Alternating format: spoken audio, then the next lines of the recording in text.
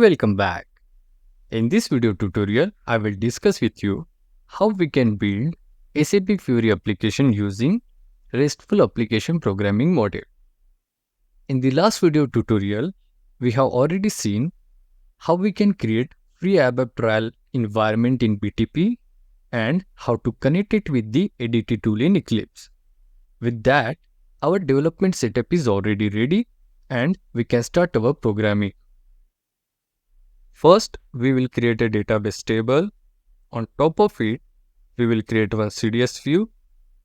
On top of that, we will create one projection CDS view, then service definition, then service binding. Then at last, we will preview the application. This flow is there to create a read-only SAP Fiori application. Then we will convert the same application into transactional application, where we can perform create, update, delete operations. For that, we will create CDS behavior definition, its implementation, and behavioral projection. Let's move to ADT tool in Eclipse to start building our SAP Fiori application. As you can see here, I have already logged in into ABAP Cloud project. Now let's first create a ABAP package. Let's give it name as CSLA demo package.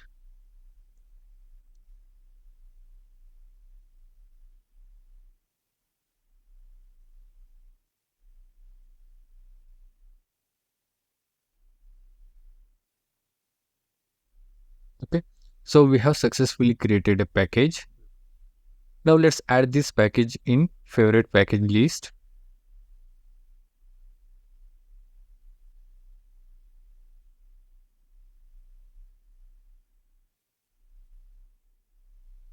Now let's create one database table here.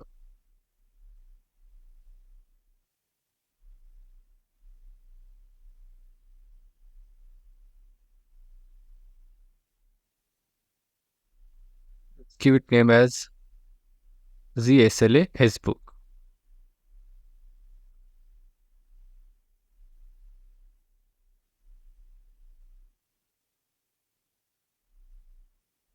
According to the naming convention followed for RESTful application programming model, if the database table is a persistent table, then we have to use a underscore in the name of database table. If it's a draft table, then we can use d underscore. We are going to create here a persistent database table, so that's why we have inserted a underscore here in the name of database table.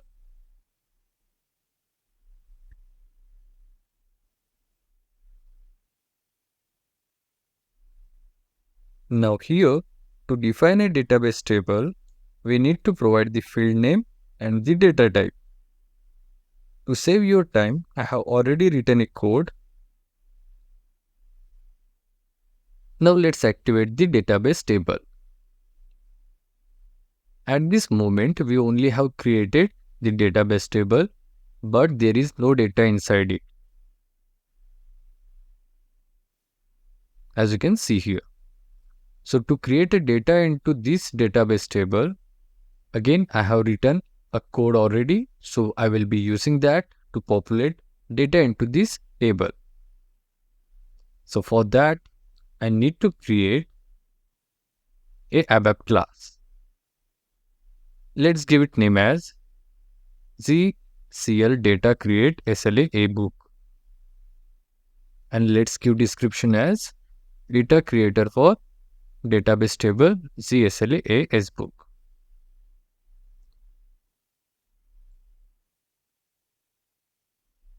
As I mentioned earlier, I have already written a code to save your time, so I will be using that here.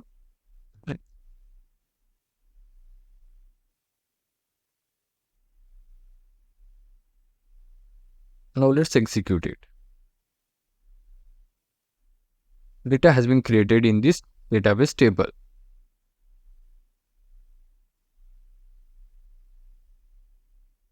As you can see here, data is successfully created in the database table.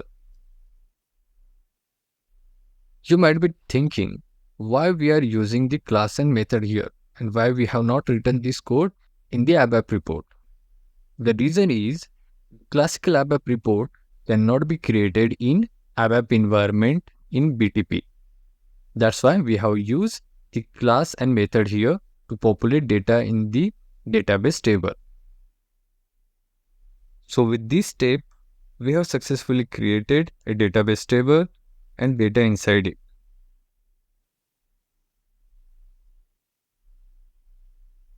So this step is completed. Now let's create one CDS view on top of this database table. To create a CDS view, right click on the database table and click New Data Definition. Let's give it name as ZSLA IS book. Now let's give a description as CDS view for table ZSLA AS book. According to the naming convention, the CDS view name should contain I underscore for interface view. That's why in the name we have used I underscore.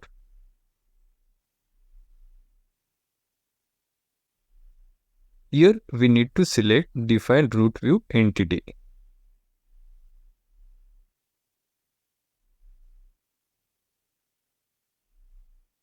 So as a result, the CDS view has been created. To this CDS view, we do not have any child, so we don't require this statement here. And this statement as well.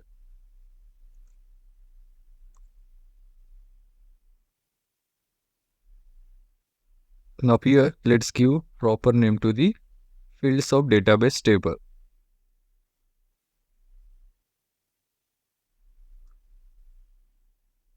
We have renamed all the fields here. Now let's activate this CDS view.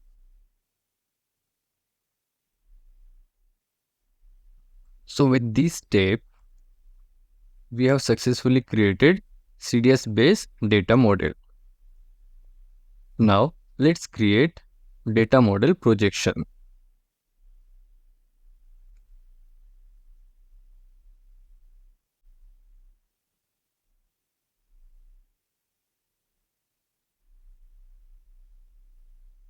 Let's give it name as ZSLA book and description as projection view of CDS view ZSLA book. Here you have to select template define projection view. Okay, so here we got one error, root keyword is missing. Okay, so now that error has gone. There is a warning asking to use transactional provider contract. So let's use it. Okay, fine. Here we do not want to use all the fields that has been projected from underlying interface CDS view. So I will remove some fields here. Okay, so we will be taking only these fields from the underlying CDS view. Now let's activate it. So with this step,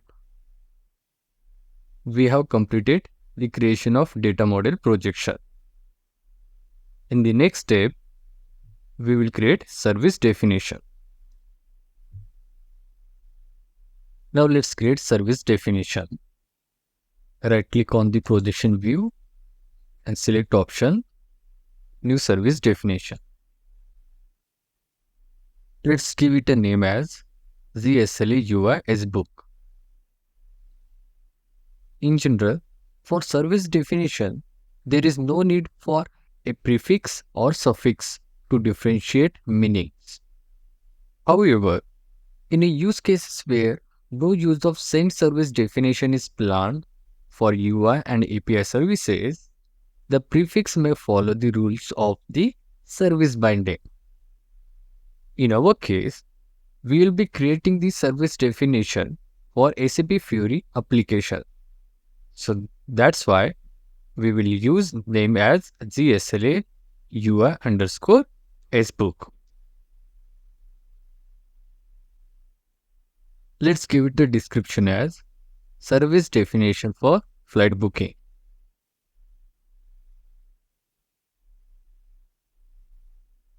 Okay, now let's activate it.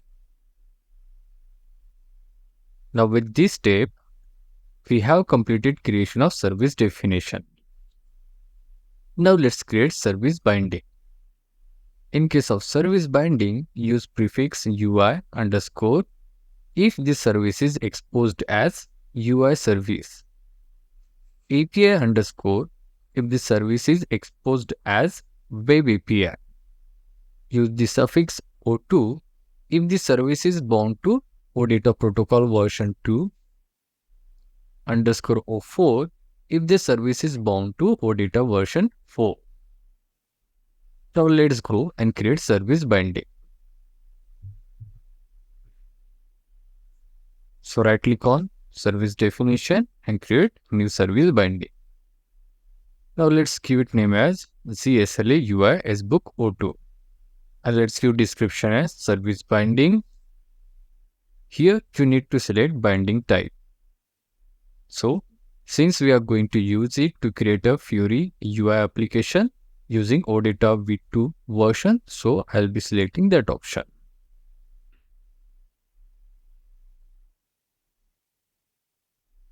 Okay, let's activate the service binding. Now with this step, we have successfully created service binding. Now you have to publish the OData service. So click here.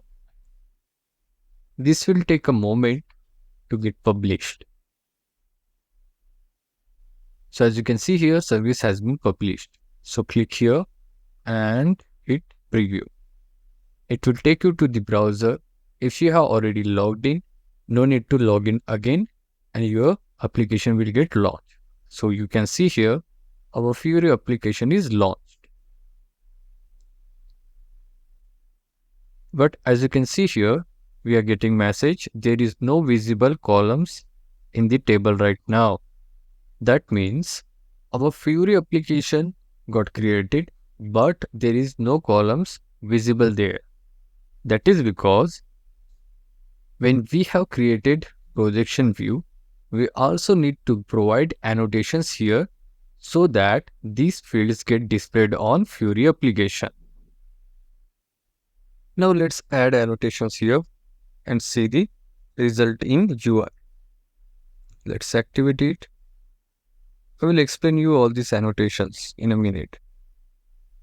Let's first look at the result. Reload this page. Okay. We got the fields.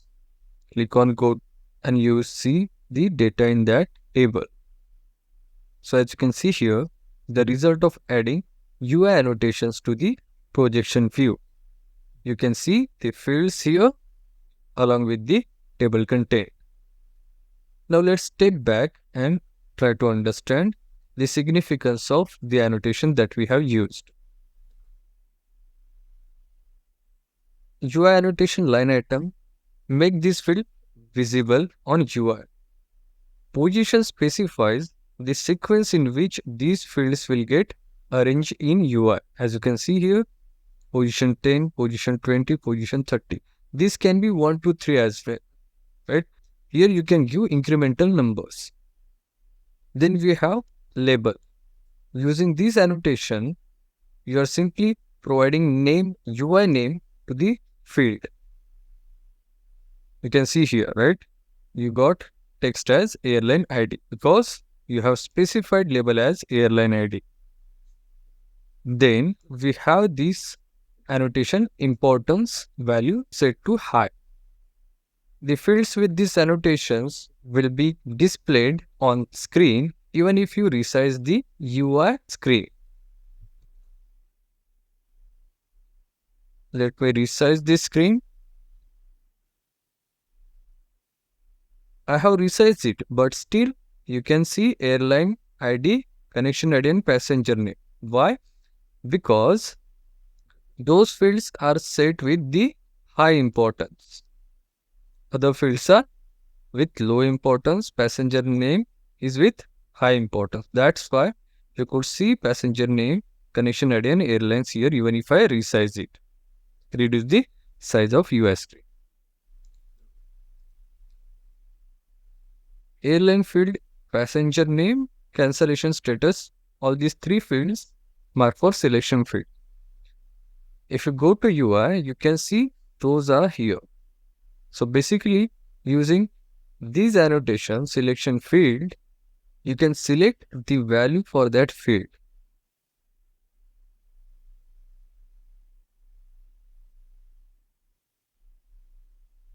Okay.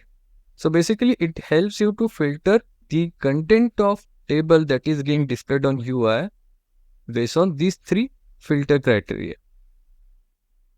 So basically here, this selection field is used to filter out the content displayed on UI screen. Now let's click on this record here. And you can see the flight booking details. So this is an object page which is being displayed because of use of this annotation over here. You can see the label flight booking details here. Here we have used one more annotation called identification. And then we have provided a label to this annotation. So these get displayed on object page, as you can see here.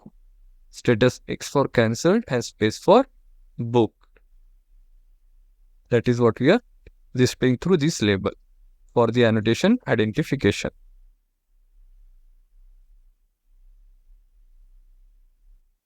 So I hope you understood the importance of using UI annotation at projection view.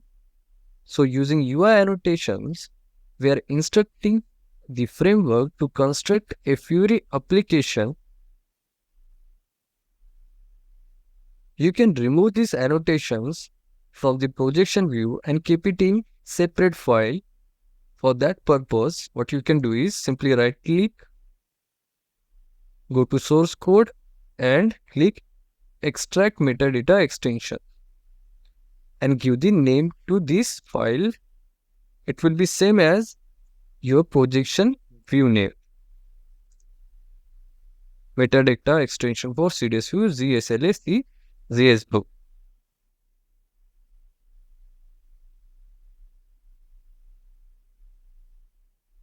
So now you can see this metadata file is created. And if you go back and check your projection view, you will see all those annotations has been removed. So this practice you can use to keep the projection view field information and the UI annotations information separate.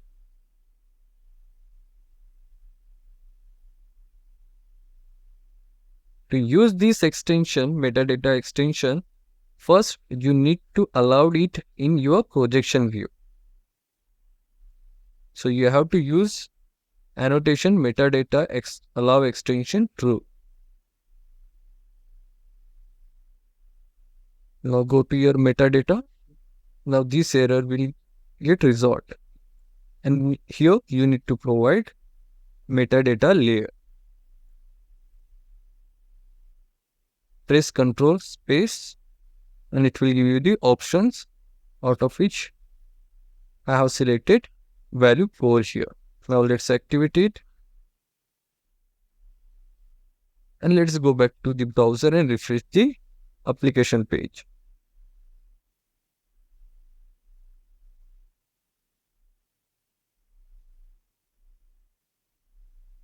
Okay, still it is working even if we have separated UI annotations from the projection view. With this example, I hope you understood how we can create read-only application, Fiori application using RESTful application programming model. Now, we will extend the same application to enable it to perform operation create, update and delete. For that purpose, we need to create CDS behavioral definition, implementation, and then behavioral projection. So let's first create CDS behavioral definition. The name given to the CDS behavioral definition will be same as that of the CDS view root entity name. So right click on the CDS view here and click new behavioral definition. Here you can select type of implementation, managed or unmanaged. In case of managed implementation, system will take care of create, update and delete transactional operations. We do not need to write code for it. But if we choose unmanaged, then transactional operations create, delete and update, we need to write our own code. So I'll select managed.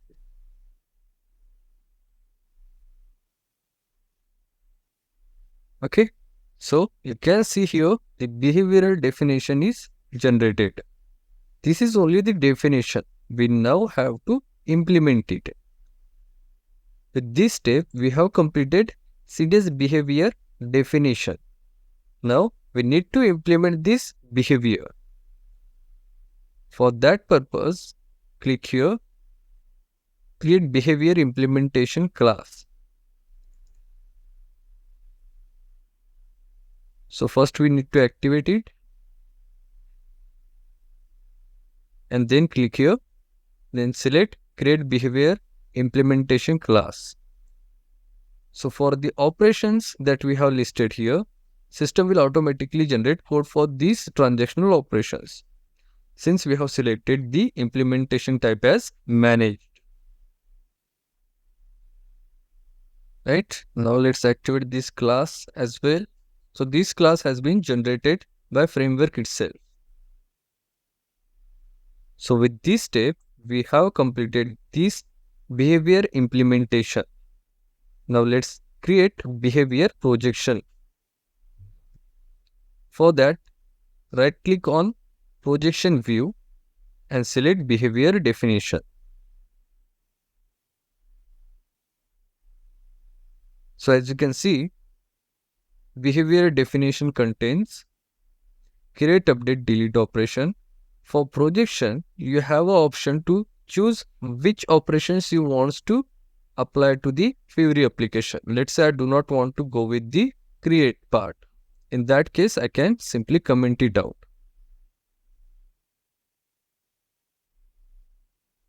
Now here, in the CDS behavior definition, we need to provide the mapping. Mapping for database table, CSLA ABAP. Basically, this helps to map database table fields to the CDS view fields. Okay. Now let's activate it. Go back to the web page and reload the application.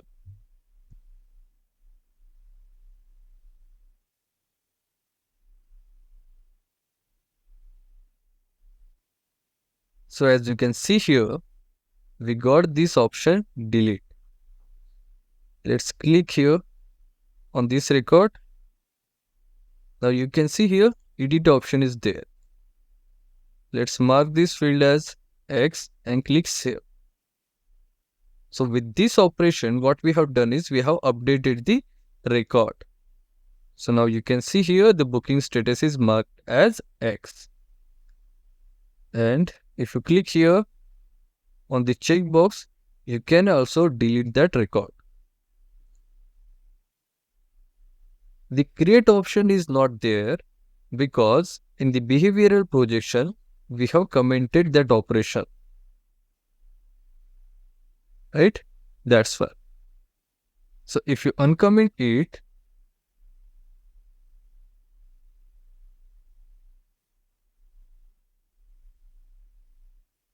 and you reload the application,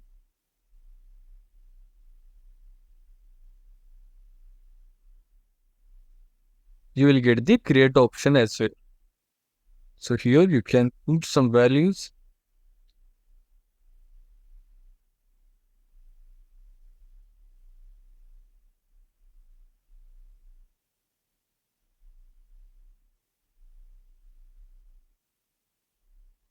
I have create.